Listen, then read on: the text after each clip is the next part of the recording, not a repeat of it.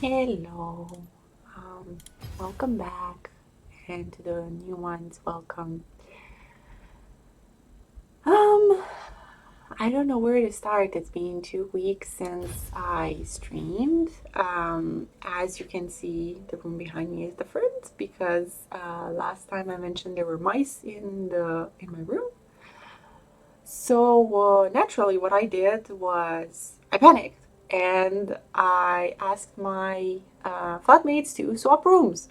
So now I'm in their room and they're in my room, and everyone's happy because my room was also bigger than this one, and they're a couple, so they're much cozier there. There's more space for them, and I'm cozy here because I feel like I'm in a little cocoon. It's been a very interesting 2 weeks, and I wanted today to talk about the journey. So, with mental health, as with all health, right, there's a process where it starts, and then you're in the middle of it, and then it finishes, but there's also a chance of like relapse, and that's fine. You need to start the treatment again. And what's happened to me was COVID triggered a very weird response, right? Mental health wise, from me. It triggered like a deep panic or fear of, death and all stuff bad. And my system is still not stabilized yet. So I'm struggling currently. So it started with like palpitations. I thought it was something wrong with my heart. I did investigation. There's absolutely nothing wrong with my heart. Because I was having also chest pains and elevated pulse. And basically, my subconscious or my nervous system is saying, hey, something needs to change. You need to do something because something's wrong. So I'm slowly working on my move to Switzerland. Hopefully, that's going to be finalized soon. I had the conversations at work. I secured the transport. I sent all the documentations for the rent. So hopefully, everything is going to be fine. I'm also doing a lot more physical activities, like I'm going out a lot more. So trying to bike, trying to, just for lack of a better alternative or for lack of something else, I'm going to church every Sunday just to have somewhere to go. I also volunteered to help out with some activities at the church. So right now I'm helping um, a little group called Discover Football. So basically, all toddlers, well, not all toddlers, toddlers in our community are gathering on Saturday mornings to learn how to play football. And it's really, really, really funny to see like a 1 year old or 2 year old trying to learn how to dribble or how, not dribble, basically just like go among the cones and try to keep the ball in one place, and it's really funny. Most of them just like do half of what they're told or kind of sort of do it, but then they get distracted by something or they start rolling around on the floor. It's hilarious. So yeah, I'm enjoying that. I really am. But still, like I struggle with insomnia, right? So I don't know what association my brain made with like the nighttime, but maybe because of the mice, that's when I discovered the mice, or because of COVID or whatever, it associated nighttime with bad times. So now, whenever I fall asleep, I get jolted back awake by like a muscle spasm somewhere, or um, I don't know, like um, just like panic. And I sort of reached out to all of my resources now. So I'm still doing therapy constantly. I'm working. I have my exercise this week, which is a visualization exercise, because I tend to internalize everything that people tell me. So I'm very open and receptive to what people are telling me, and because I studied a lot of like spiritual stuff, and I went into a lot of like deep knowledge, whatever. Um, I internalized a lot of those things, and particularly with Christianity, they make you feel guilty about everything. So I sort of internalized that as well. So now my visualization exercise is to see myself as an empty vessel and visualize with colors what comes from the outside, whether it comes from like a good place or it comes from someone else. I need to visualize that and see what color it is and kind of either accept it into the vessel or just push it out and get rid of it. So that's an interesting exercise for sure. I also need to wait, because I have my notes here. Right, because I can't remember all of these exercises. Okay, so I need to reformulate or rewrite what's behind what I'm doing and what I'm feeling right now, right? So if I'm playing TFT and I'm talking to you guys and I feel like a sort of panic, I need to identify where that panic is coming from, where that kind of palpitation or scared thought is coming from, and see if it's realistic and reformulate it in a positive way, right? So instead of saying, I'm not good enough, something's wrong, or something's wrong with me, I need to reformulate like, it's okay, I'm going through something right now. It's nothing major, it's nothing bad. I still have control of the situation, and it's gonna heal, and I'm on the right track with healing this. And it's a hell of an exercise because not you can't really monitor these things all the time. So as you probably know from your own mental health journey, they sneak up on you and they're mostly subconscious. It's not like you sit there all day thinking consciously about crap, right? But it just comes from somewhere, and you wake up in the middle of a train of thought and just say, whoa, where did this come from? So whenever I catch them, I have my notebook here and I have to write them down, right? So I wrote down something that was really prevalent with me. So I made a bad decision, which means something bad is going to happen to me because I made that bad decision. Basically, I learned from somewhere or another in my life that decisions are permanent and they have consequences. And if I do something stupid or I say something stupid, I'm going to lose my friends and people aren't going to like me. And so I catastrophize every single bad decision, right? But I'm human, and no human can be perfect, and we all make bad decisions. So if I keep being stuck in this place, I'm just gonna frazzle my system and I'm gonna overload it constantly, and it's not gonna be a fun time for anyone. So I'm just trying to rewrite them. So I rewrote that as, I'm safe, I'm healthy, I'm fine.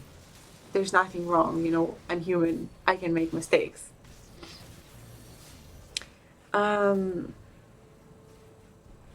I noticed when I was doing my visualization exercise, because my mind is very visual, I tend to see everything in like images or colors. Yeah, basically just overly visualize things, and that's part of the problem as well. So when I was visualizing, all the teachings and all the thoughts that were coming my way, I saw all the good thoughts, right? Like, I'm healing, I'm doing well, I'm on the right track, I'm helping people, I'm doing some good in the community. Those thoughts were coming with like nice colors, like golden and purple and all that sort of stuff. But then I saw stuff coming from the people. Like, I went to church the other day and the priest told me like, oh, you need to do this and you need to read this book and blah blah blah. And I actually bought the book and I started reading it, and it was the most guilt tripping thing ever. Like, oh, you're not good for anything and you're flawed, and you're a sinner and you're gonna burn in hell, and that just made me feel so crap. that I was like, okay. And when I visualized it, I saw it as a gray cloud coming towards me, and I'm like, nah, I do not want this in my mind, right? And this is basically what we need to do with all the content that comes our way, right? Being from movies or video games, or people we encounter in video games. We need to kind of put a shield and stop internalizing everything that comes our way, right? Because I've seen it so many times. People get into heated arguments in games, and they start internalizing everything, and they're like, oh, you're crap at this game, oh no, you're crap. And they just get triggered and start creating like this really crappy situation for all of them. I haven't talked so much in so long. Yeah. um, but yeah, if you stop and filter the content that's coming your way, you're gonna identify that, the triggeredness or whatever. You're gonna identify it as crap content, right? So it's something that shouldn't even penetrate your brain. So you just either ignore it, or you kind of put a shield and not react emotionally to it, because once you engage emotionally with it, it's stuck to you, and it's going to be harder to take it out. So you just see it as something that just is, right? You don't get angry at the clouds, you don't get angry at rain. You don't, well, maybe you do, but you shouldn't, because it's something that you can't really change. So you should basically see it as something that just is, right? um, I don't know what a good example for this would be, right? Because we tend to get angry at everything. I've seen people getting angry at the roads and at the trees and the traffic, and even at like the weather. And um, yeah, that's not a good place to be, because there are some things that you just can't do anything about. So why bother, getting angry about it? So yeah, my mind was like, "Ooh, this is a good segue into another topic." There's a topic that I'm very passionate about, which is causes worth fighting for. And I see all these like Twitter people just getting offended over literally everything. And they get offended about pronouns, and they get offended about on behalf of other people. And this example comes to mind with like white people on Twitter getting offended at Speedy Gonzalez, because apparently they thought Speedy Gonzalez was offensive towards Mexicans, and they pushed so much that it got canceled. And then the Mexican community was like, what the fuck, dude, bring it back, because we loved it.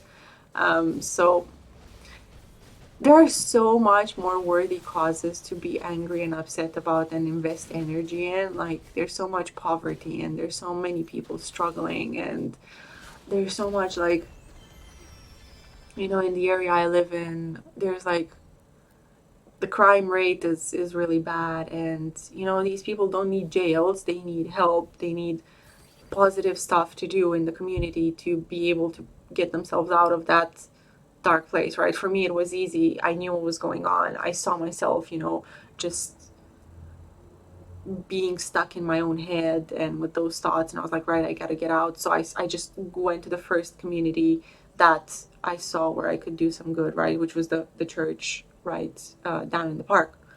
But many people don't have that openness, and I don't even know if I should call it education, but um, they just don't know where to go, right? They see their friends doing shitty things, and they just engage because they want to be part of a community, they want to be part of their friends. So they start doing shitty things too, like dealing drugs or stabbing people, whatever, because there's a lot of stabbings in this area.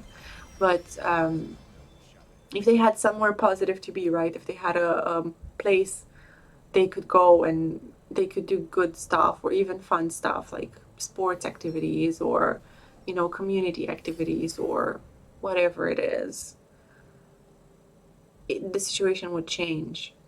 It's all about investing in the community, and offering opportunities for these people to develop, to learn, to grow, to feel safe, you know, with something to feel like they have a purpose and something positive to do. But they're just left on the streets with nothing to do, so they just turn to whatever they see or whatever they know. And that's really not helpful.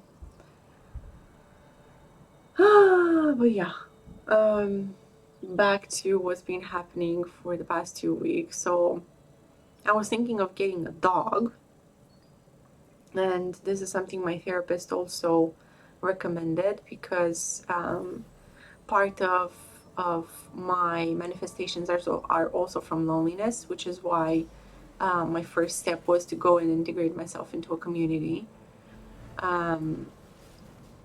to just be around people, to talk to people, to interact with people, to not feel so isolated. Despite me absolutely loving, you know, being an introvert and loving my gaming time and loving the online community and everything, apparently my system felt the need to be around other people after 2 years, which is fair enough. So that's what I did. And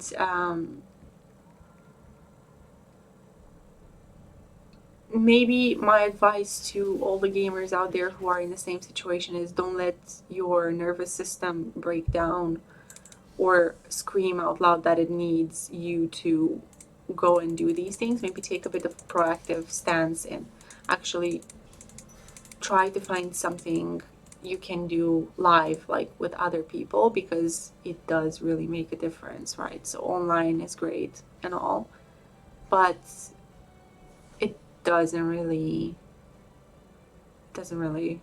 compare to face-to-face interaction. Hopefully none of you get to the situation that I was in. But if you do, there's a lot of resources and there's a lot of help out there. So yeah, I reached out to all of my resources. God knows I bugged the poor people until they were tired of me. Some of them stopped responding because I was bugging them so much, but I really did need support.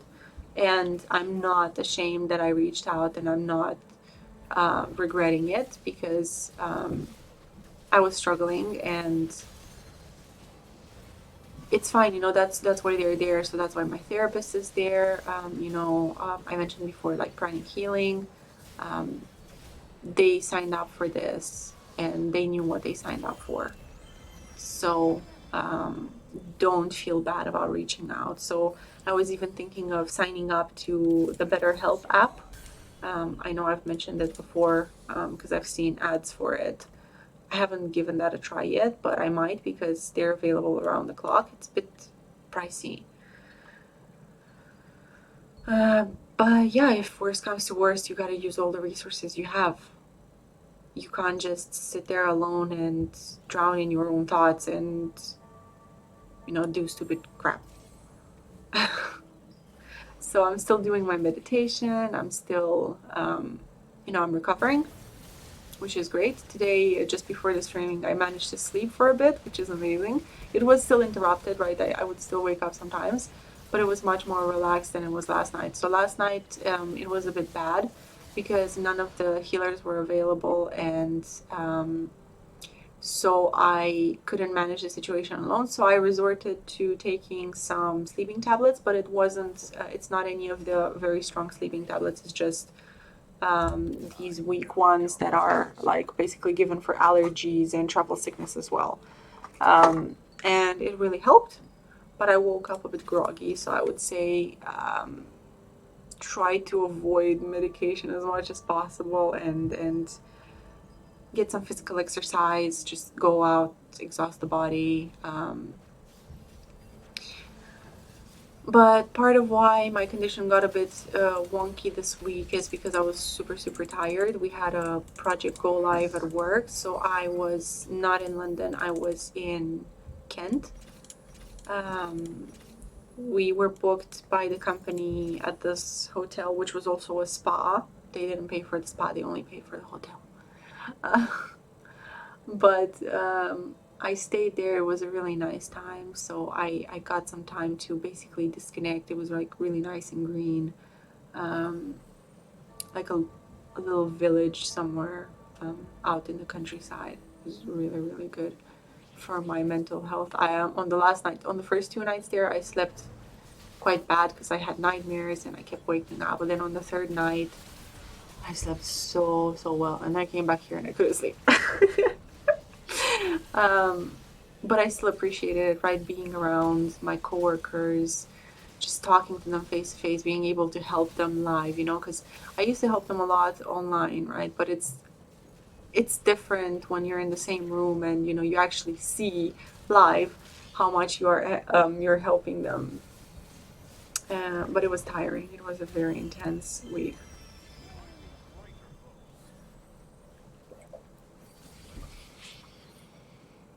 I feel like I've been talking forever. Someone stop me.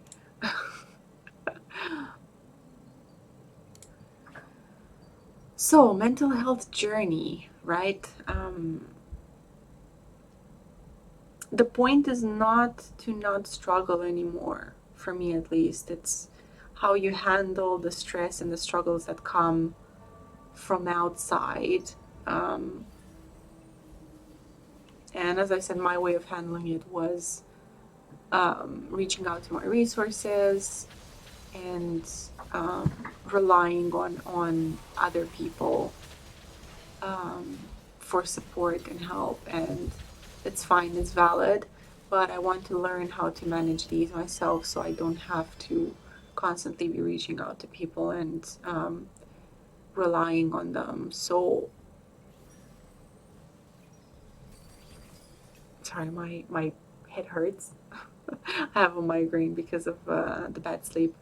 Um, but see, it's all about how you function and how you do despite everything going wrong, right? So, because you see people, you know, they're doing great in life, and then something happens and they completely crash. And it's about learning how to move through the bad times, because bad times are going to come and go, but you have to keep moving through them as they come. Just making sure you don't get stuck somewhere, just making sure you have a plan, making sure you have something you want to do going forward. So my question for you for today would be, what's your plan, right? What's the thing that keeps you going? What's the thing that you are most looking forward to? Because it's very important to have these like things we want to do that keep us going, right? For me, I've mentioned it before, it's the house I want to build for my mom, and that's what's keeping me going professionally. And personally, it's all the people I love and all my friends and my mom and you know, yeah, basically everyone in my life is keeping me going because I'm always looking forward to seeing them again and spending time together. And I feel like if you're missing that, it's a bit of tough times. But yeah, I don't know what else to say for today because I did talk a lot. So if anyone has any questions, I'm open to.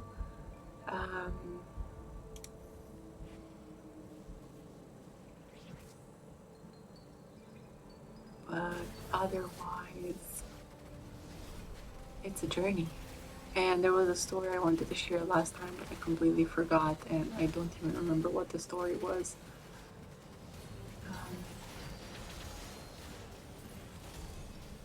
It was something about an encounter I had, but beats me, I can't remember what it was.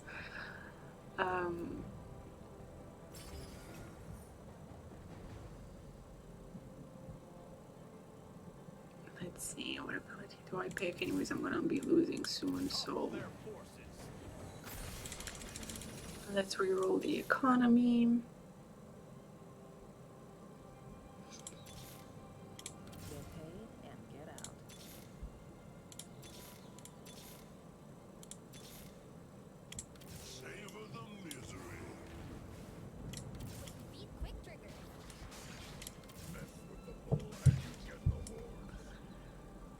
Okie doke.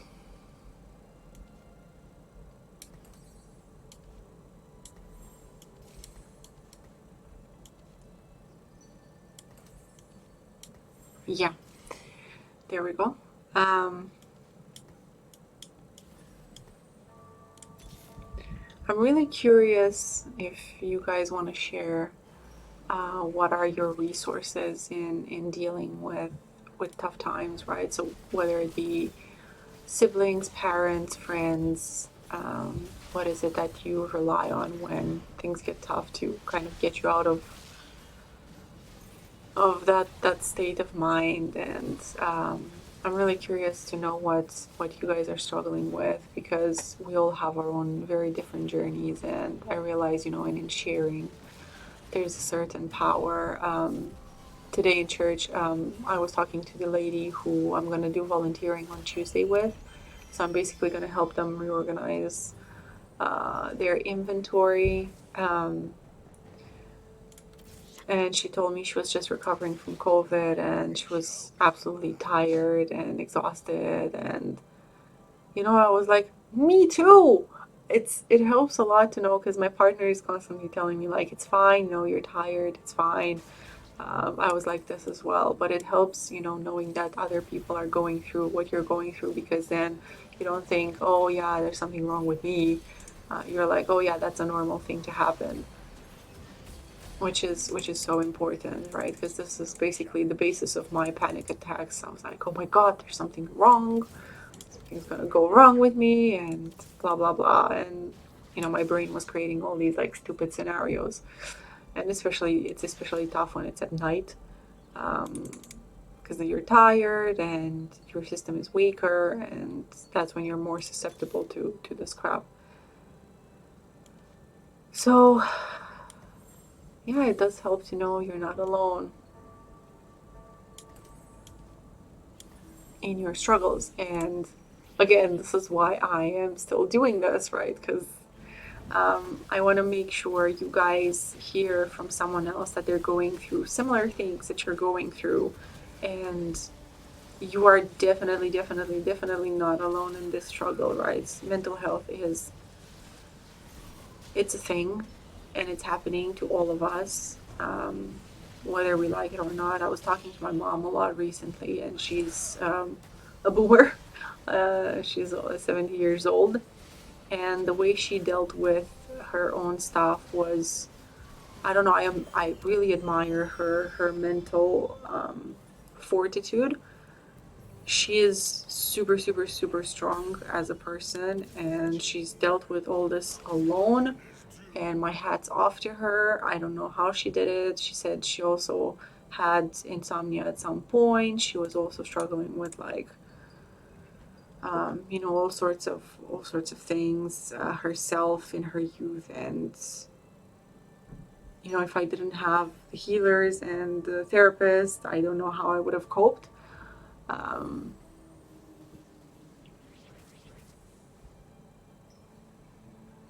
I don't know. Um, but yeah, like I said last time, well, like I keep saying, right, it's important to use your resources, to have resources you can rely on. It's also important to release all your feelings. Make sure you don't bottle them up, because then they come out in these weird ways. But yeah, this was the session for today. Again, a short one, because I feel like I just I know a lot of you are watching it afterwards, but I feel like I'm talking alone, and it's really weird sometimes. So yeah, let me know if you have any questions. As usual, you can reach out, and my handle, Sky High, everywhere on Reddit, on Discord, across all platforms. So just hang in there. It's gonna get better. I totally believe in you. I know you can do it. I can do it. It's tough, and it's a drag, and it's annoying, and it's hard, but we can get through it, and then it's gonna be awesome times at the other end. Like there's been, at least for me, like there's been so far, and you can see this image on the screen right now. That's my favorite place on earth. That's Dubova, and I've talked about it before, so I won't talk about it again. But yeah, lots of love for you guys, and hang in there, and we can get through it.